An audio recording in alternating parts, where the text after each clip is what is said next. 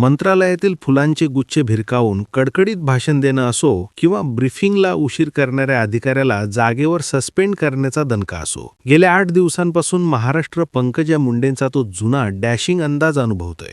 आणि आता चर्चा सुरू झाली ती म्हणजे प्रीतम मुंडेंच्या मोठ्या कमबॅकची. त्यांना राज्यसभेचं तिकीट देऊन भाजप पुन्हा एकदा मुंडे भगिनींच्या पायाशी लोटांगण घालणार का?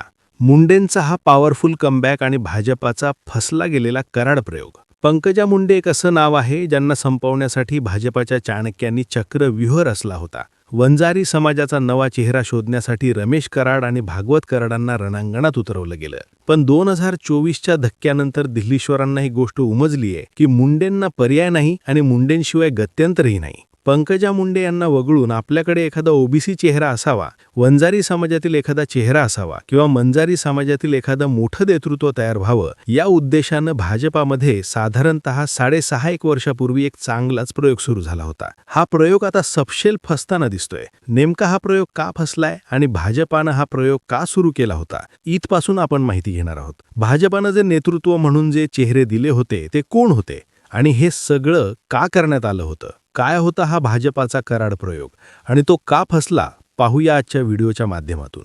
मंडळी, महाराष्ट्रात दिवंगत गोपीनाथ मुंडे साहेब यांच्याकडे एक मोठा आणि महत्त्वपूर्ण ओबीसी नेता म्हणून पाहिलं जातं. वंजारी समाजासोबतच ओबीसींच्या मनावर अधिराज्य करणारे ते नेते होते. त्यांच्या अकाली मृत्यूनंतर त्यांच्या राजकीय आणि सामाजिक वारसा पुढे नेण्याची जबाबदारी आली ती पंकजा मुंडे यांच्याकडे. पंकजा मुंडेंनी ती जबाबदारी स्वीकारली देखील. त्यांनी गोपीनाथ मुंडे यांचा राजकीय वारसा नेटानं पुढे नेला. परंतु राज्यातील आणि केंद्रातील भाजपाच्या वरिष्ठ नेत्यांशी जसा संपर्क गोपीनाथ मुंडे यांचा होता, जसा समन्वय त्यांचा होता, तसा पंकजा मुंडे यांना काही ठेवता आलेलं नाही. परिणामी गोपीनाथ मुंडे यांच्या जाण्यानंतर पंकजा मुंडे यांना 5-6 वर्ष राजकीय संघर्षाला मोठं तोंड द्यावं लागलं. पण प्रश्न समन्वयाचा होता की वर्चस्वाचा?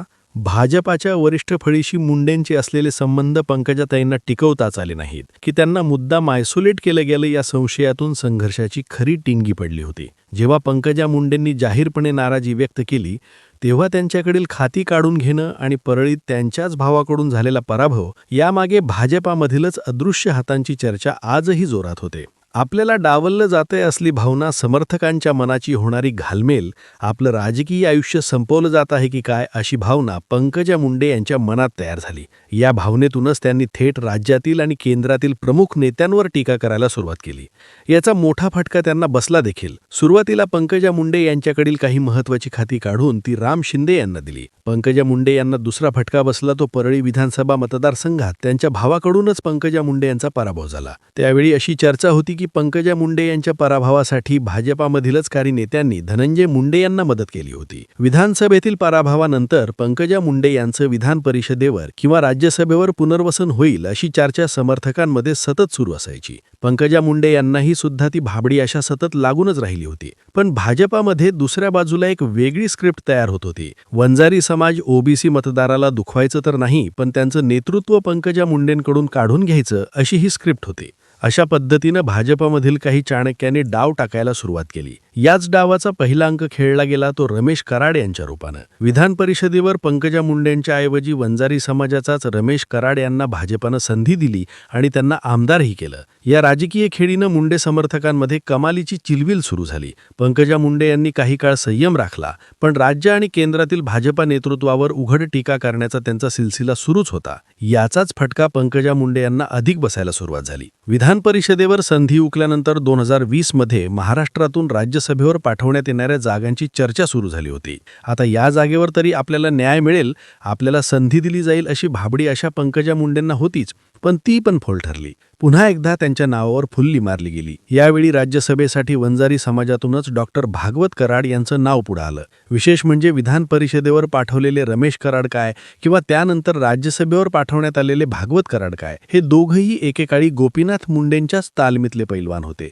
त्यांच्याच नेतृत्वात आणि आशीर्वादानं या दोघांनी आपलं राजकीय आयुष्य घडवलं होतं. पण पंकजा मुंडे यांचा काट्यानं काटा काढण्यासाठी भाजपाच्या दिल्लीतील नेतृत्वानं रमेश कराड आणि भागवत कराड यांचा वापर केला असं अनेक राजकीय विश्लेषकांचं म्हणणं देखील आहे. पंकजा मुंडे यांचं नेतृत्व बाजूला सारून नवे नेतृत्व उभं करायचं म्हणून भाजपातल्या नेत्यांनी हा प्रयत्न सुरू केला होता. भागवत कराड हे तसे उच्च शिक्षित, पेशानं डॉक्टर असल्यानं ते पंकजा मुंडे यांना योग्य पर्याय ठरू शकतात असा वरिष्ठ नेत्यांचा अंदाज होता. राज्यसभेवर खासदार म्हणून किंवा देशाचे अर्थराज्यमंत्री म्हणून भागवत कराड यांचं प्रगती पुस्तक चांगलं असेही बन. पंकजा मुंडे यांना पर्याय म्हणून पुढे आणण्याचा त्यांचा नेतृत्वाचा हा प्रयत्न नापासच ठरला. रमेश कराड यांची ओळख लातूरच्या बाहेर नसल्यानं त्यांनाही त्याचा फारसा फायदा झाला नाही. पंकजा मुंडे यांना खऱ्या अर्थानं पुन्हा उभारी मिळाली ती मराठा विरुद्ध ओबीसी आंदोलनानंतर. मनोज जरांगे पाटील यांच्या नेतृत्वात मराठवाड्यात मराठा आरक्षणाचा लढा तीव्र झाला होता. ओबीसीतूनच मराठा समाजाला आरक्षण आणि त्याच मागणीनं राज्यात विशेषतः मराठवाड्यात मराठा विरुद्ध ओबीसी असा उघड संघर्ष तयार झाला.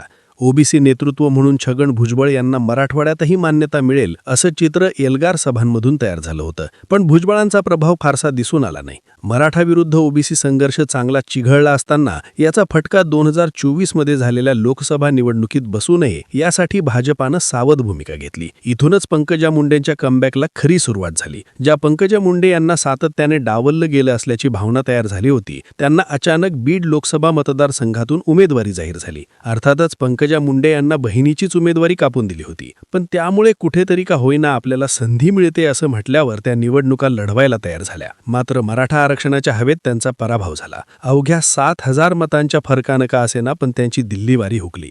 मराठवाडा आणि महाराष्ट्रात मराठा आरक्षणाच्या आंदोलनात सत्ताधारी भाजपाचे उमेदवार अगदी पालापाचोळ्यासारखे उडून गेले. लोकसभेत महाराष्ट्रातून जोरदार दणका बसल्यानंतर भाजपनं जिरवीजिरवीचे त्यांचे प्रयोग पुन्हा थांबवले. मराठवाड्यातील मराठा विरुद्ध ओबीसी संघर्षाच्या काळात ओबीसी आणि वंजारी समाज हा पंकजा मुंडेंच्या पाठीशीच असल्याचं प्रकर्षानं दिसून आलं होतं. त्यांना पर्याय म्हणून पुढे करण्यात आलेले रमेश कराड, भागवत कराड यांना समाजानं कधीच जास्त स्वीकारलंच नाही ही वस्तुस्थिती भाजपाच्या नेतृत्वाच्या लक्षात आल्यानंतर केंद्रीय नेतृत्वानं पुन्हा एकदा पंकजा मुंडे यांच्या राजकीय पुनर्वसन करण्याचा निर्णय घेतला. विधान परिषदेवर संधी देत त्यांना देवेंद्र फडणवीसांच्या मंत्रिमंडळात पुन्हा मानाचं पान दिलं गेलं. पंकजा मुंडे यांचा मुख्य प्रवाहात आणण्याचा फायदा भाजपाला मराठवाड्यातील स्थानिक स्वराज्य संस्थांच्या निवडणुकीत झाला.